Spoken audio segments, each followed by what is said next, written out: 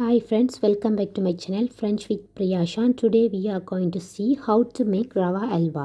Okay, நாங்கள் ரவா அல்வா எப்படி செய்கிறன்றதை பார்க்க போகிறோம். அதுக்கு முதல் என்னுடைய சேனலை சப்ஸ்கிரைப் பண்ணாதாக்கள் சப்ஸ்கிரைப் பண்ணுங்கள். இந்த ரவா அல்வா செய்கிறதுக்காக நான் ரோஸ்டட், அதாவது வறுத்த ரவா தான் எடுத்து வச்சுக்கிறேன். அதோட மில்க், அதோட ஃபுட் கலரிங். இந்த வறுத்த ரவா 300 கிராமோட நான் 100 கிராம் கோகோனட், டெசிகேட்டட் கோகோனட், துருவிய தேங்காய் துருவலையும் வறுத்து தான் ஆட் பண்ணி வச்சுருக்கிறேன். ஓகே, அதோடு கேஷ்யூ ஃப்ளம்ஸ் 75 கிராம் எடுத்து வச்சுக்கிறேன். அதையும் நான் பட்டரில் போட்டு வறுத்துட்டு அதையும் இந்த இன்க்ரீடியன்ஸுக்குள்ளே மிக்ஸ் பண்ணியாச்சு. ஓகே, இப்போ எல்லாம் ரெடி.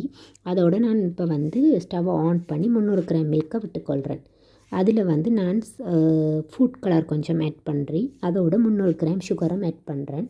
இந்த மூண்டும் நல்லா திக்காகும் வரைக்கும் நாங்கள் கிளறி கொண்டிருக்கணும். ஓகே, அது திக்கான பிறகு அந்த இன்க்ரீடியன்ஸை நான் அதில் புட் பண்ணி அதையும் போட்டு நல்ல வடிவாக அந்த அல்வா பதத்துக்கு வர்ற வரைக்கும் நீங்கள் கிளறி விடணும். அதோடு நான் பிளேட்டில் பட்டரை அப்ளை பண்ணி வச்சுக்கிறேன். இப்போ அல்வா ரெடி. நான் அந்த பிளேட்டுக்கு மாற்றிட்டேன். அழகான டேஸ்டியான அல்வா ரெடி. நீங்களும் செய்து பாருங்கள் ஃப்ரெண்ட்ஸ்.